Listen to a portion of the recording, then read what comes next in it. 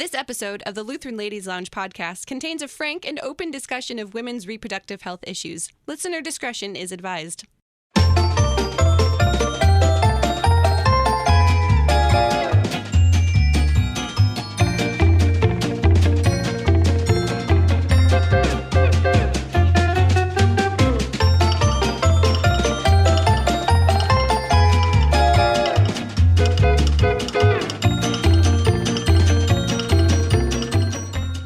It's the Lutheran Ladies Lounge podcast. I'm Sarah. I'm Erin. I'm Bree. And I'm Rachel. And we're in studio again, which means we have an in-studio guest, which is super exciting. We get to talk about health today, but we are not talking about COVID, so don't turn this off just yet. What's COVID? What is that? We're talking about something near and dear to all of our hearts as women, which is women's health. And we have a special guest in studio today to talk about that with us. Erin, this is a one-question interview, so you can take it away. Yeah. So today I am pretty excited to have one of our missionaries here with us. Yeah. This missionary I actually work pretty closely with. This is Steph Schulte. And she is actually a missionary who lives in the Republic of Congo. There's two Congos. Big Congo and Little Congo. This is the little one. And how many times have you had to explain that to people? Well, the trouble is the big one always shows up in the news. Like if you try and Google it, you're going to see mostly stuff about the big one, and it's not as encouraging Sins of for the people father that and might that. want to go. So anyway, Steph is a missionary, and she's actually worked in Africa for a lot of years, but she is also a nurse and has worked as a nurse in the U.S. as well as in various countries in Africa. And so I have been sort of thinking about this episode for a while, and I was trying to think about who we could have to have this conversation with, and I thought Steph would be great. So here is the one question, Steph. Okay. What are Lutheran ladies not talking about that they should be?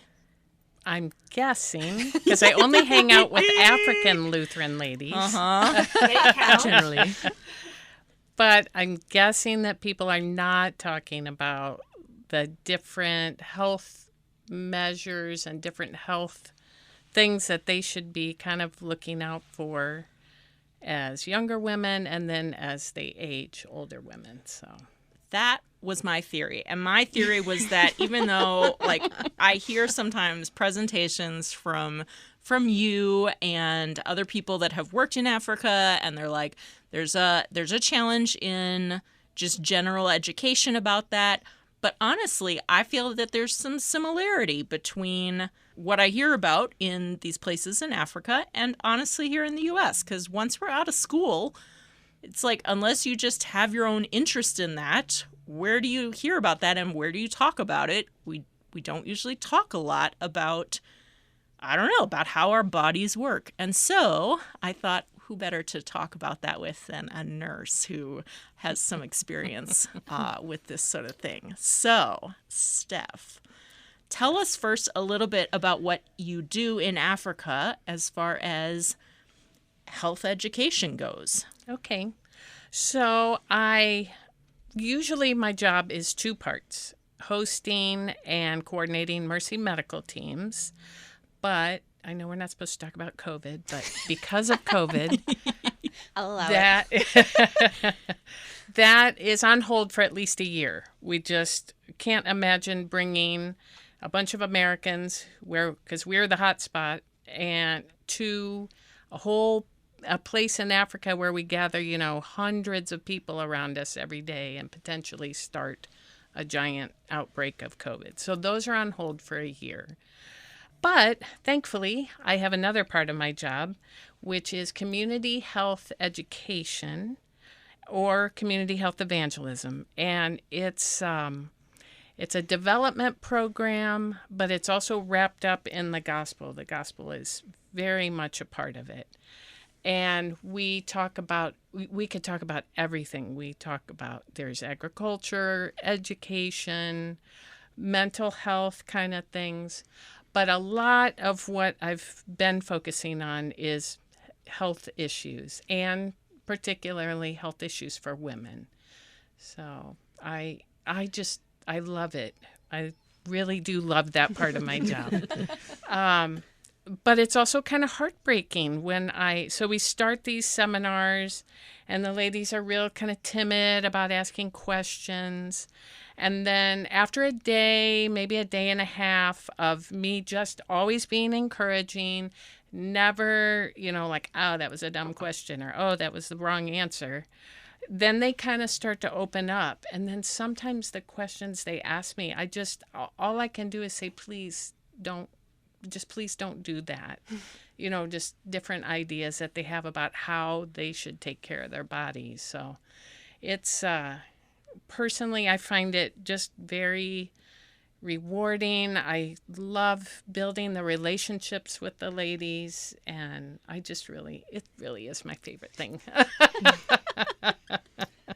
I am really curious about, the different, obviously you've been a nurse both in the United States and in Africa. What are the cultural differences, the key ones in how the different contexts regard both health in general and women's health? Like what's the difference there? Well, one of the big differences is women in the States, we are much more proactive about, like, if something doesn't feel right or if something's, seems wrong, we're usually pretty proactive about going to see a doctor or going to urgent care, something like that. But something we've noticed, for example, on these Mercy medical teams, these women will come and they'll say, and they're very embarrassed about saying it, but they'll say, I have this pain every month. Do I have cancer? And you just want to hug them and say, no, that's normal. Everybody has it.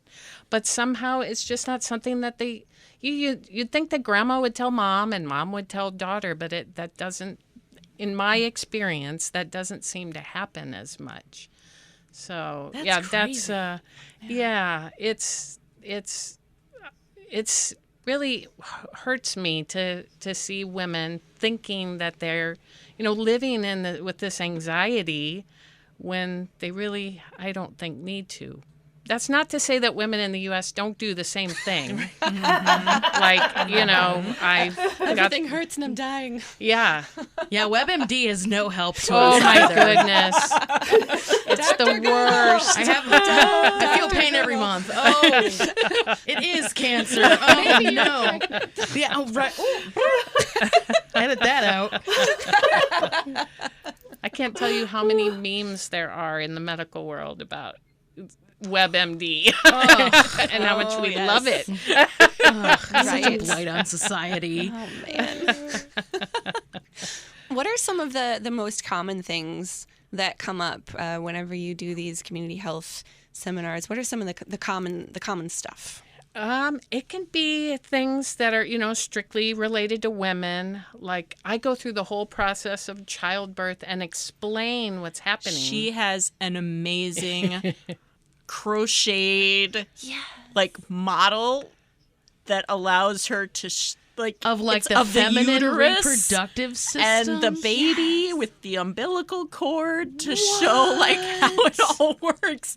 It's phenomenal. So that is awesome. It's very cool. Yes. How many people can say my knitted uterus? One person can say that, and that's it. I have to give credit where credit is due. Krista Young, who works in East Africa, I just recently found out it's her friend who made that for me. I got it through Sarah Kanoy, but it was Krista's friend who made it. So, yeah, that's fun. So common things. Well, they'll ask about hygiene a lot. Like, how do we, where should we clean and how should we clean? And douching, it's like a big thing. Like, people talk about that, and then they told, this was the first time that I cried when they told me something, is what they told me, we use bleach. And I just, that was my reaction. And I teared up and I said, please don't ever do that ever again. And I explained. Although, if you look at historical, I love vintage ads. Lysol used to overtly advertise itself Golly. as a feminine hygiene product. Wow. So, like, we think of it, it came from somewhere. It came from here. You're right. Yeah. Oh, man. Don't do that to that area. Yeah. Don't do that. No. Well, I think they see it as the strongest thing to clean, Yeah. so it's got to be the best. And so that really hurt my heart when they told me that.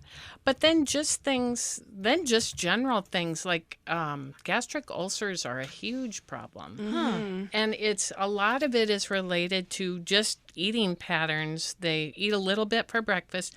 Of course, I have to, say the caveat that this is all general, and I can't say every single African is like this. I mean, it's a continent, so Right. this is just my general experience, and mostly in West and some in Central Africa. So now that I've said that, Well, and before you continue, let me ask, just like on an annual basis, let's say, how many women do you see? through the Mercy medical teams or the the seminar? Either.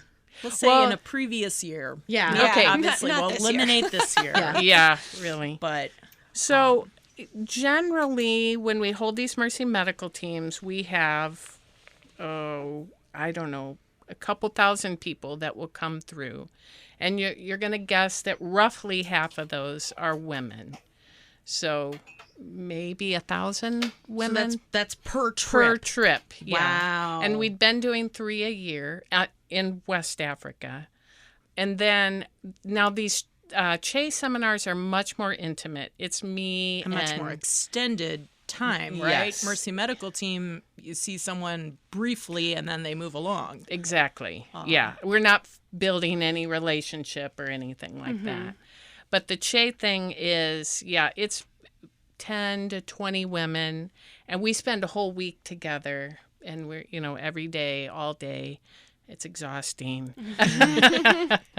So, and I've done, I think last year I did 3 week-long Che seminars. So what's that, like between 30 and 50 women? Wow. Yeah. Yeah. What is the multiplying effect of these? Have you noticed any of that when you get to spend this time and build these relationships? Are these women then able to? That's the whole reason. That's the She goal. Talk about Yes. that. Yeah. So, okay. In East Africa, I was blessed to go and lead one of these seminars with Sarah Kanoi in Tanzania.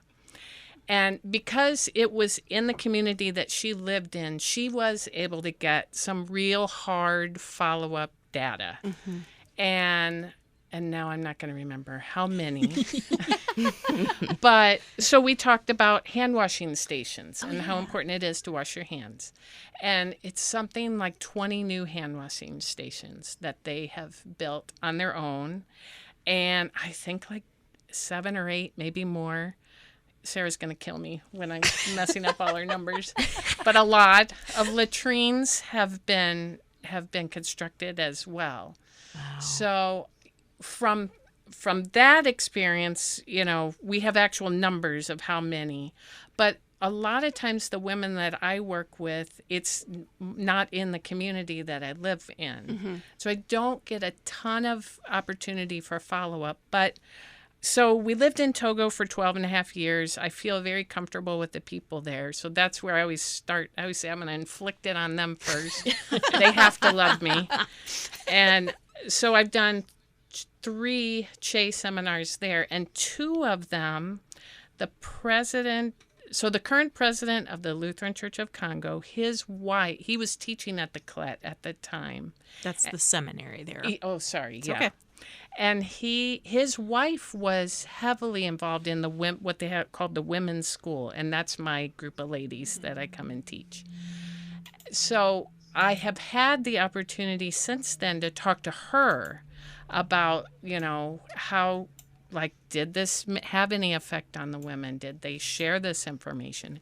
And she kept assuring me, yes, they are very excited. They share it with their neighbors. They share it with their friends and family.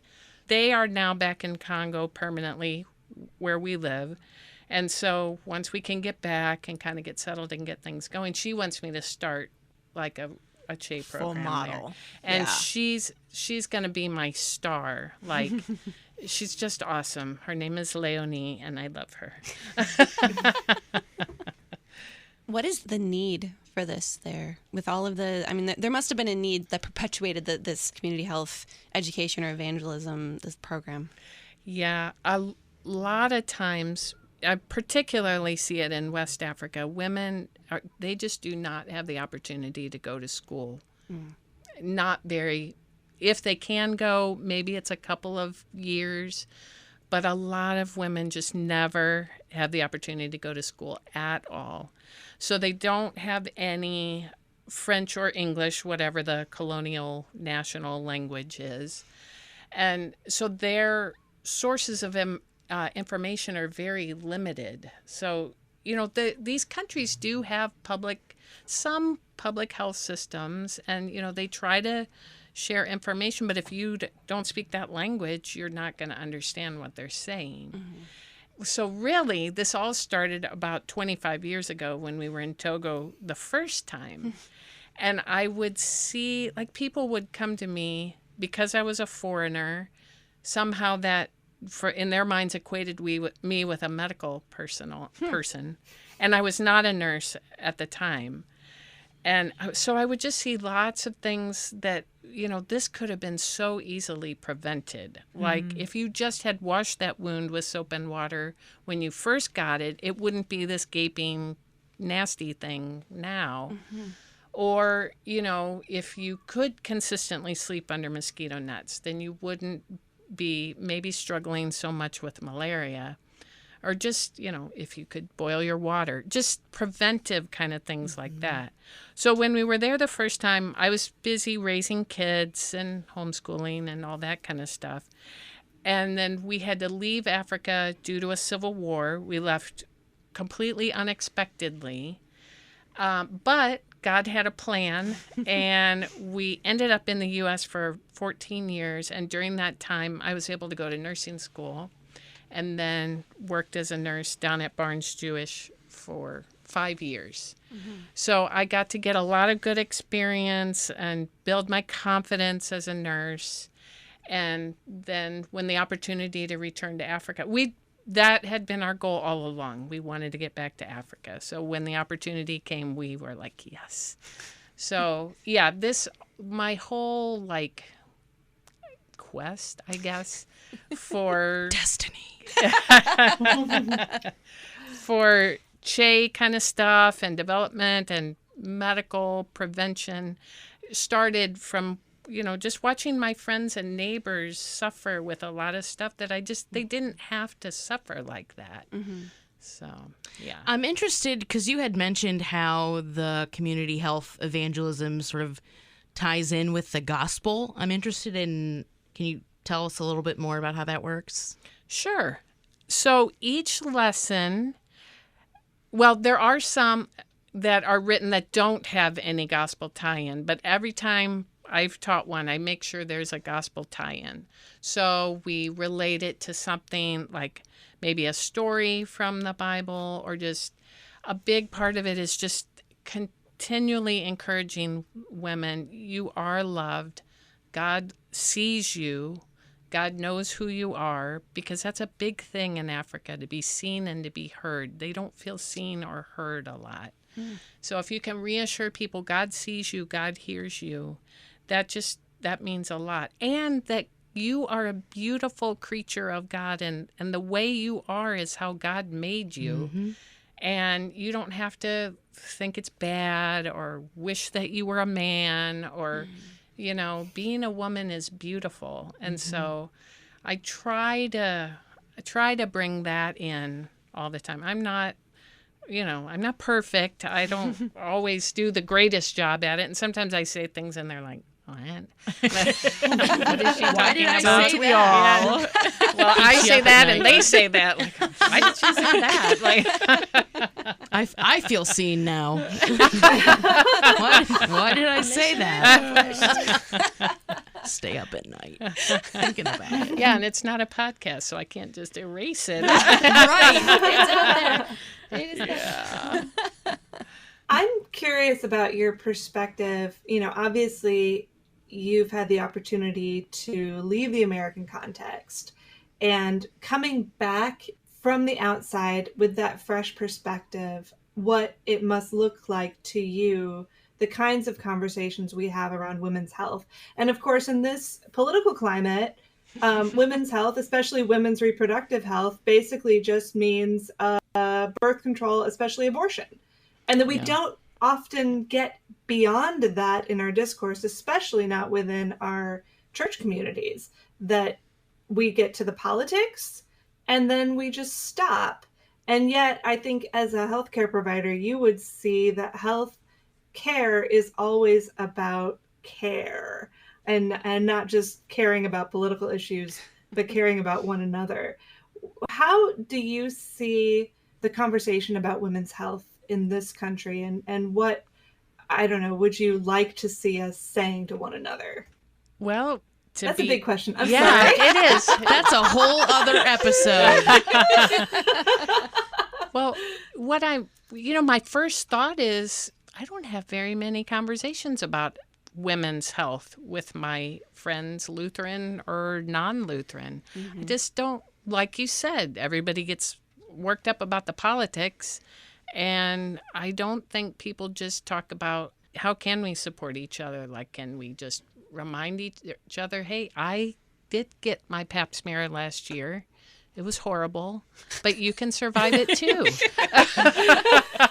Sounds about right. Yep. But it's important. Or I did get my mammogram last year. It was also horrible, but I survived, and you can too. You probably want to cut that out. Why? No, I don't think we want to cut that out. Why is it that so much of women's health is so horrible? Right? Like the preventative stuff. Why does it have to be so because bad? it was invented by men. Oh, she went there.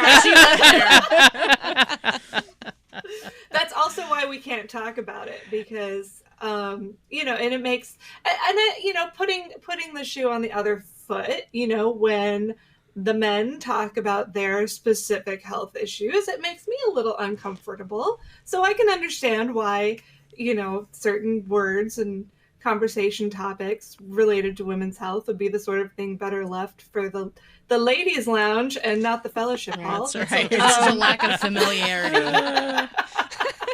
Multi-purpose room. So what are some things? Well, here's an example.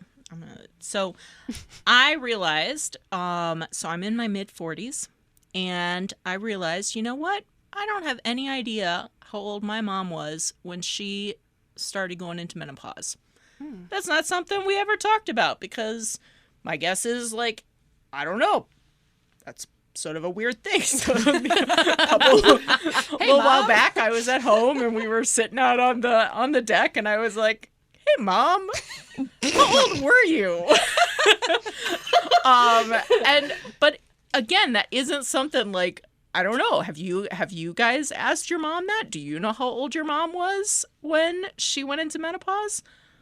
I kind of remember how old I was-ish, because I was in, maybe I don't. Grade menopause? Wait, when your mom. When my mom. Whoa. I remember how old I was when my mom went. But we haven't had a conversation about that. I mean, so No. what That would be sort of strange. things should we? What would be good things for us to ask our moms? Yeah. For family health, hey, That's a good I question. should know this about my mom, because that might have insight for me and my own health. This is perfect. My mom is staying with me right now. Give me a list. Get her in here, Rachel. Get her in here. What thoughts do you have? That is an excellent question, because there are a lot of women's health issues that are directly related to our moms or our aunts. So yeah, that would be a good question to ask. When did you go through menopause? And that, of course, your dad contributed to you, so it's not going to tell you 100%. I will start menopause on this day. but it'll give you an idea, and it can also kind of give you an idea of what kind of things that they experienced. Like, did they have a lot of hot flashes? Did they have the mood swings and things like that? And I think often it's not nice to know, but if you know that mood swings are a normal part of this, it makes it less scary and less like, oh, golly, what's wrong with me? Yeah. But also any kind of history of breast cancer would be very important to find out about, not just your mom, but her sisters and your grandma, anything like that. And honestly, any kind of cancer, that would be important, like colorectal cancer. These are types of cancers that have a very strong familial bent, I guess. Your risk is much higher if you have someone in your direct line that suffered from that. So yeah, those would be good questions to ask. What about the other way? So I don't have kids, but for a bunch of the ladies in our lounge, they have daughters who maybe are adults, but maybe a bunch of them have daughters who are actually younger. What are things that you ought to... I don't know, Rachel. Rachel has daughters. What are things that would be really good to talk with daughters about? Yes, please. I have a teenager and a pre-adolescent, and so yes, this is very, very relevant to me. Have you had the talk with these females? Little bits and pieces of it, but I'm not sure I did it right. Just the birds, not the bees. Isn't there some CPH book or something? I'm sure there is. Yeah, I mean, you want to, before they have their first period, you want to talk to them about all of that and how to deal with that, and that it's normal, and that you can have cramping and things like that. And then just talk about, as you prepare for getting married, you're going to want to make sure that you have a gynecologist, someone that you trust, that you can go and see. And, you can talk with your gynecologist about if you're going to use birth control or what kind, things like that. So I have a daughter as well, and I'm pretty sure when she listens to this later, she'll tell me, no, you never told me about that. But I'm pretty sure I told her, like when I went through menopause, honestly, I had some hot flashes, but really nothing more than that. So I was trying to encourage her, at least for me, it wasn't that bad. And my mom had told me the same thing, that it really wasn't that bad for her. So that just being open about it, and making, just like with anything when you talk to your kids, if you're open and honest about what has happened to you, then they'll feel more comfortable coming and talking about what's happening to them. Can I confess something? Sure. Go for it. I've heard of menopause, and I kind of know the symptoms associated with it, but I don't actually know what it is because nobody told me. Let's have Call this your talk. mom. Let's have this talk right now. Let's go. Can we talk about it? It's the change, as we used to call it euphemistically. Reverse the curse. Tell us, Nurse Steph. So that's, yes, you no longer have a period. This is nothing. No one ever says, darn, I wish I could have that again. It's true. But there are other hormonal changes and some women really do have a hard time with it. Like I've mentioned hot flashes, but they can have some serious mood swings. And there's also the whole psychological thing of, well, maybe I wasn't really psychologically ready to not have any more children, but now I can't. Yeah. And so, that can kind of hit some people by surprise. It doesn't happen all at once either. It's not just like an on-off switch. Right. Yeah. And you don't, honestly, I didn't even really realize it was happening until several months in. And I was like, interesting. Oh, yeah. So do you go to a doctor and you're like, this is happening to me? And then they're like, you're in menopause. Congratulations. Do you just kind of guess? Well, honestly, I don't know how this works. I don't know how this works. Yeah. So if you're having serious changes in your body, then you can have like you can have vaginal dryness. That can be a real issue for some women. If things like that are coming up that are really bothering you, then yeah, for sure, go and talk to your doctor and, let them know what's going on, because these can all be signs of other things too. And so if it's a serious thing, like something that's really affecting how you live your life, then you for sure want to get that checked out rather than, oh, well, it's just menopause, So Especially if it crops up between those like annual or triannual annual exams or whatever. Well, because it's a change in your hormones. Exactly. So it's and hormones affect like everything. So stupid. Yeah. you can come up with all call your kinds of mom stuff. and then call your doctor. Yes. If you're I find it so funny that, and I have medical people in my family too, how quickly, once it becomes known that you are in the medical profession, that people start asking you really weird, personal questions. I have one for you too, actually, since I've got you here. When we're talking about women's health and reproductive health, one thing that I think comes up every year for me with my teenage children's well child checkups, is this really strong push by healthcare professionals to get everyone vaccinated for HPV. I was going to ask about that. I was on figured my that's mind where too. you were going. Yeah. Yeah. And I mean, the conversation I've had with my kids is, this is what this vaccine is for. This is not relevant to you. I'm not a huge fan of giving medicine for something that's not indicated, but it's your choice. I'll support you either way. And so far they've all said, ew, no, why would I want that?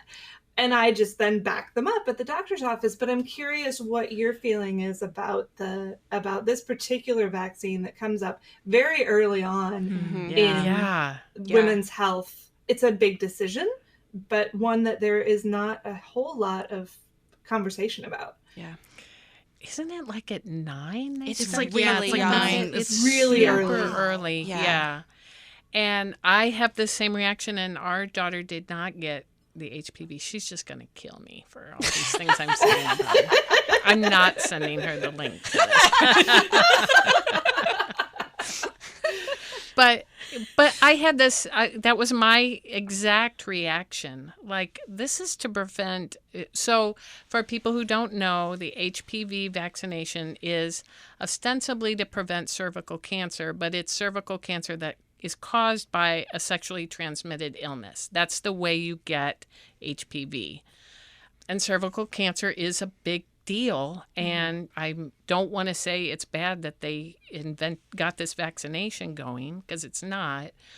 But it's so, like you mentioned earlier, politics. And all that, it gets all wrapped up in that. Like, we're pushing sexuality on our kids at 9. Like, okay, now mom and dad decide if your kid is going to be sexually active and needs to have this vaccination. And full disclosure, I don't know a ton about the vaccination. I don't know how long ahead you have to get it for it to be protective. But, it seems to me like that's something that you can talk about it with your daughter. You can explain what this is all about and what this is for. And then, maybe she can make that decision. Like, I don't think it would be a bad thing to get before you get married, unfortunately, because, there's a possibility of something happening. But I think it's just a weird thing to push on kids that are not even, haven't even hit puberty yet. So, and I don't think it's the kind of vaccination that takes 6 years, so that they can be ready when they do, when they would become sexually active. So, yeah, but then I have another very good friend who's a physician, who's a strong Christian, who says absolutely she, had her daughter had the vaccination. So it's, there's not like one right answer of how to do it. But it's a good thing to talk about with your kids, and kind of explain what it's all about, and why do people want them to have this. So. And for sure, it's definitely something that I think every person needs to think about, I'm reminded, again, total history nerd here, of a large number of otherwise chaste Christian women in the Victorian age who died of syphilis because of their husbands' indiscretions. And it is okay to be proactive in safeguarding your health in that way, and not necessarily just assume that everything's going to come up roses for you all the time. Yeah. And I think Sorry, that went really in a weird Well, I think sometimes as Christians too, we worry, well, if she gets this vaccination, she's going to feel like, woohoo, Yeah. I can. No. And that's all about the relationship that you have with your daughter. Absolutely. Or with your nieces, or, whoever you have a relationship with and that you can talk to about stuff like that. So Well, and I think we're somewhat deluding ourselves if we think that, they won't get the vaccine and then they're going to be afraid to do this, as if, like, if you think that's what's going to actually be the trigger, then you're deluding yourself that this is somehow I didn't get the vaccination. Right. I Exactly. can't. I'm Exactly. sorry. I'm sorry, Billy. I can't. It's HPV. Vaccine didn't get it. So there's definitely not how it works. That's not how it goes, dude. you should definitely have more of the conversations and develop that relationship there, indeed, because the vaccine is not going to be the thing that's going to actually trigger behaviors. So what are things, I know you did a little homework in advance of this session, because you were like, I want to be sure I'm current and accurate. So what are some typical things that, just in general, as a public service announcement, women should be aware of? Like, what should you be doing when? So everybody should be getting their blood pressure checked at least once a year. Mm-hmm. I don't know if this is so much a thing anymore, but I'm old. And when I was not old, women didn't die of heart attacks, or it wasn't something that was ever talked about much when I was growing up. That was a man's disease. But that is not true. Women do suffer from cardiac disease. So just getting an annual physical, they'll check your blood pressure, they'll check your blood levels. So it's important to keep an eye on blood pressure, of course, like diabetes and things like that. Just all the general things that everybody should be watching out for. Mm-hmm. But for women, if we've all heard, do a monthly breast or self-breast exam. And I do know people, I personally know people who found lumps that way. So I'm never going to say don't do it. There is in the medical community some like, we're not sure if it's really that important to do. So you can take that as you want, but it doesn't hurt anything, and it takes 2 seconds, or maybe a little longer, 30 seconds. But it's not like it's some big, involved, invasive thing. And it's something you can do, and it probably make you feel a little better. And then if you're under 40, they don't recommend any mammogram unless you have a strong family history of breast cancer, like a mom or sister.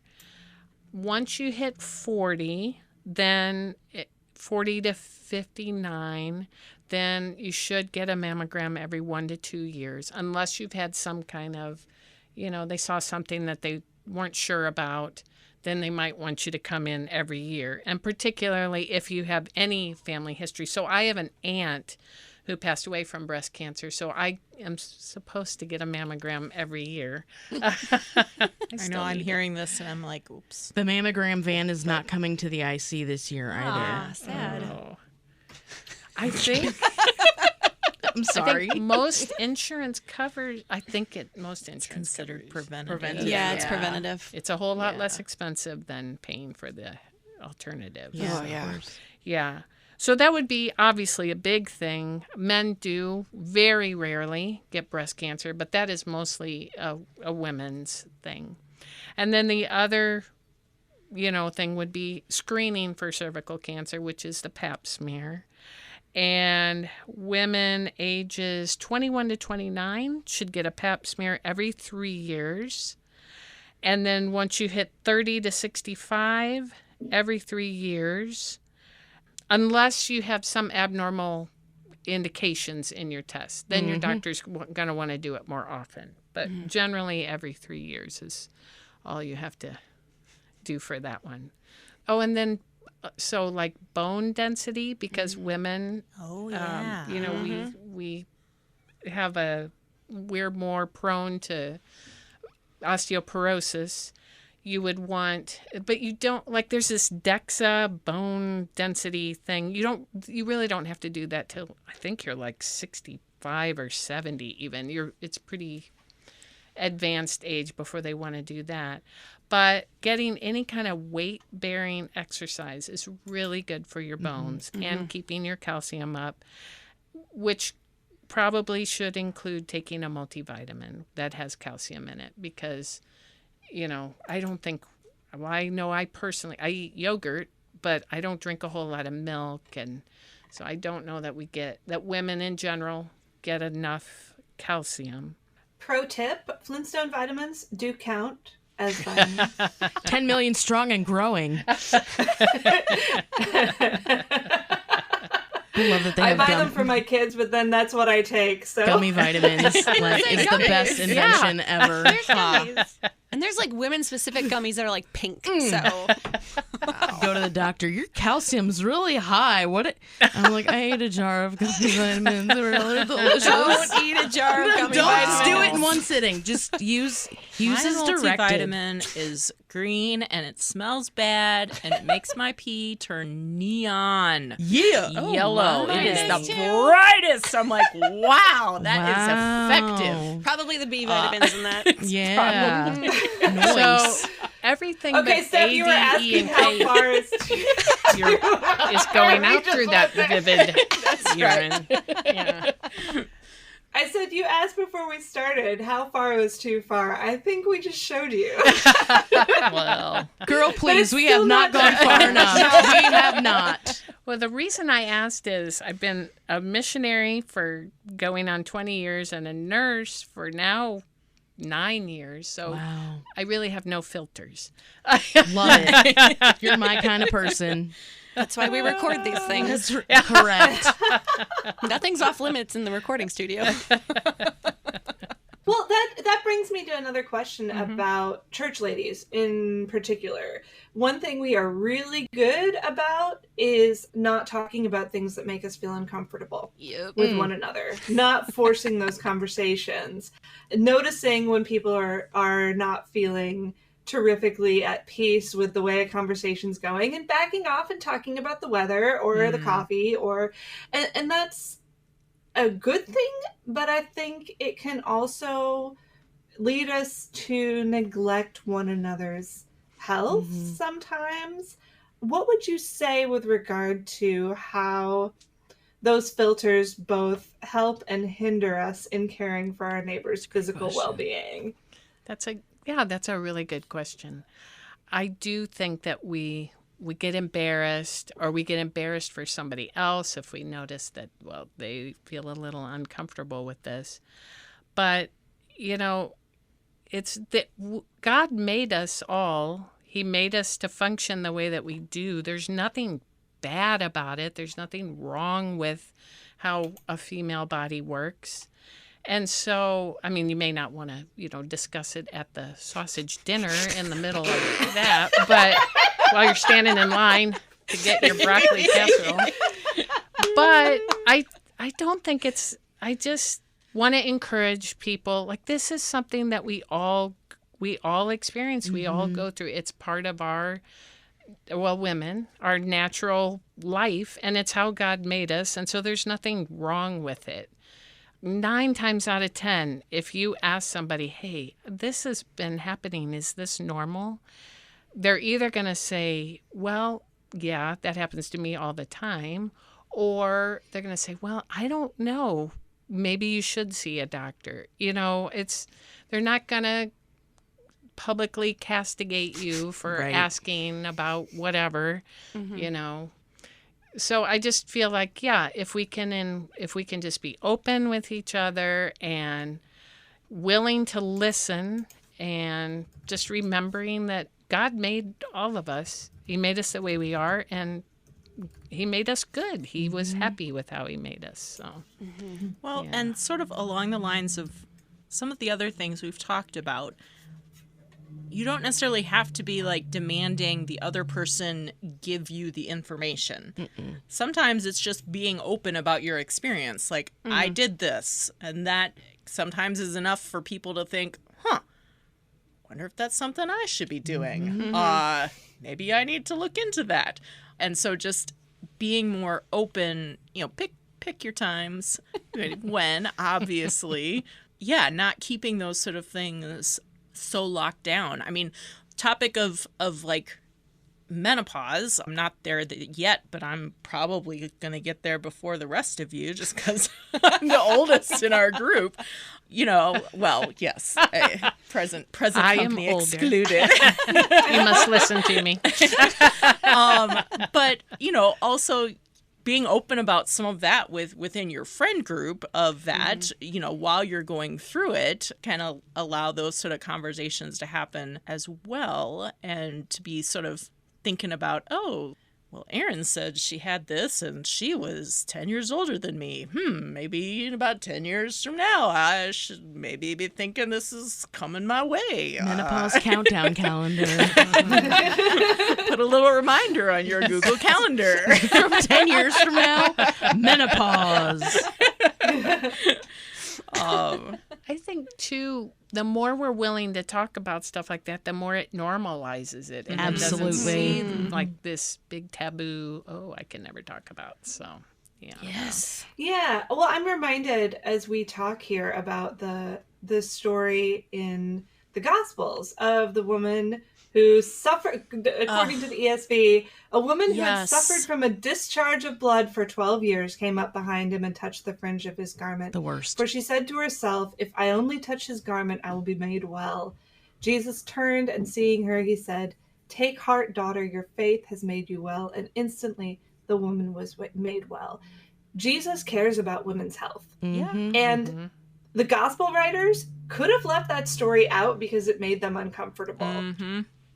But they didn't. They included it. They, didn't dwell on it at length, but just enough to know that our God cares about that part of us and wants us to be well and whole in all of our body, including, the parts that are unique to us as women. And the gospel writers realized that that was worth including. Yeah. So it's been running through my head this whole conversation. So I had to mention it. Man, I can't even imagine. Can you imagine? I can't even imagine like multiple months with a continuous discharge of blood. Oh my gosh. That would be 12 horrible. years. Well, and they didn't have all the conveniences sanitize. that we have. Yeah. No. And then to have Yikes. like the additional socials, like there were the 'cause she'd be social rules that went with it as well. I mean, that would And- make her Unclean unclean. then. Right. Yeah. Yeah. Ugh. Yeah. So no worship. For her, I mean, you couldn't go to church while that was getting sorted out. And it's interesting. I read a book once by an archaeologist who was looking at some of the social customs, and it says that she touched the fringe of his garment. She didn't touch his garment. She touched the fringe, which was the one part that if she touched him, it wouldn't make him unclean too. So she was being really careful, really courteous. And yet he figured it out right away, what was happening, and just had so much compassion for her. And I think that's what I would love to see us as women in the church model for one another, is compassion for all of our health, but including and especially the parts that maybe there's some shame and stigma attached to, that we are scared to talk about. I think you, Steph, in your stories about your work in Africa, fear is a huge impediment to health, it sounds And shame. like. Yeah. I hope that our sisters in Christ who are listening will be able to come away from this conversation the way I have, with a little bit more courage and maybe a little bit less inhibition when it comes to really caring about one another's wellness in that way. It's kind of the same thing like when I got married. when you have your own personal health issues and even the health issues of your own family that you don't realize are health issues until you get married because it's just normal in your family. And then you get married and then you ask your husband, hey, is this a normal thing to happen? Because I noticed that it doesn't happen to you. Right. And he's like, yeah, no, that is definitely not a normal thing. That's you, brother. That's not me. Oh, maybe I should go to a doctor and get this checked out because apparently it's not normal. But that translates into my friend group as well, because all of the things that happen to us monthly, I didn't grow up in a friend group that would openly talk about that. And my mom and I don't talk about a ton of that stuff. But I have this friend group from college now that we talk about this stuff. And What's this stuff? Say it. Periods. Oh, no. Name it. Name it. But we talk about these things openly now. I mean, it's through Facebook Messenger, so it's a little less awkward because we get to type out and use these, fun angry uterus gifs every month because that is my favorite one. Wait, Steph wants to know this. You're going to have to share this Yes. with her What an later. angry I've uterus never gift. seen this. It is the best one. It's all happy, and then it gets really angry. I love it because it's perfect. I love a good uterus gif. But that normalizing these conversations, though, and having friends that you can have these conversations with is hugely beneficial. I mean, to your physical health, because then you actually are probably more likely to go get stuff checked out, but also to your mental health and talking about the shame and the fear that goes along with this. If you have people you can talk to before you get to that point where you're going to a doctor, if you have those people that you can bounce these issues off of and get some comfort or encouragement to actually go talk to a doctor because you're scared. It takes so much of that mental health issue out of it, but just by normalizing the fact that this happens to all of us. I'm just going to state for the record, once I come back from Facebook hibernation, if you ever need to talk to me about your period, that's fine. I'm okay with that. I'm open. I will talk to you about it. And now I know what menopause is, so we can talk about that too. And Sarah will send you an angry uterus gif. Yes, That's right. it's That's the right. best one. Well, Steph, do you have any other things you wanted to make sure that you shared with us today? Just to reiterate what Rachel said, that God loves us. He made us the way we are, and he loves us that way. And it's okay to talk about it with other people because God loves your friends too. And even if it's Amen. not exactly the same, he made them the way they are too. So, yeah. Absolutely. Ladies, well, Steph, first of all, thank you so much for coming into thanks the for studio having me. and having this conversation with us. It has been wonderful, and hopefully it opens up some conversations and doors for other ladies in our group to be a little bit more brave in how we talk to each other as sisters in Christ about right. things that happen to all of us. So thank you so much for joining us. Well, thank you for having me. And ladies, if you want to continue this conversation, which the 4 of us would be happy to in the lounge, 5 of us would be happy to in the lounge, we will be happy to continue these conversations in the lounge and point you to resources and all those things. And also more information about the CHE, the Community Health Evangelism. Such a wonderful program that's happening. If you're interested in learning more about that, we can share those details as well. If you're not in the Facebook group yet, you should totally join the Facebook group. You can find us in the Lutheran Ladies Lounge group. You can find all of our podcasts at kfuo.org/Lutheran Ladies Lounge or on your favorite podcasting app. You're listening to the Lutheran Ladies Lounge podcast. I'm Sarah. I'm Erin. I literally just learned what menopause is. I can't even. You can't. You cannot be outdone today. My work here is done.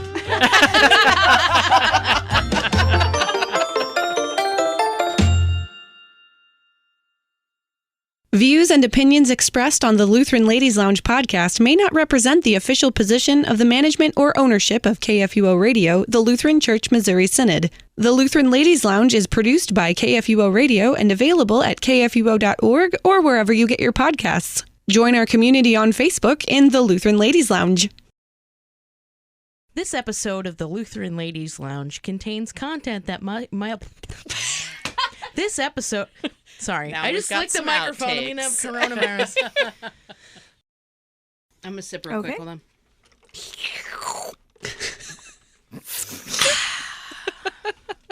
Well, then I won't mention that I'm drinking tea out of a mug with a cow skull on it. Oh, that's fantastic. From this side, it looks almost like the women's reproductive system It does. Oh yeah, no, it's a cow from a skull. distance. I mean, That was a Christmas gift. We have a matching pair of these mugs from Ken's grandmother. I mean, nature often repeats itself. It's all, Yeah, it's, that's it's true. interesting Fibonacci sequence. the way things happen that way. where can we find visuals of the reproductive system in nature? It's an official penalty. Animal skull. skulls. And now I'm going to play that game everywhere I go. Oh man. Do you do a riff on Destiny's Child? Oh, you ladies, leave your men at home because we're going to talk about Uterone.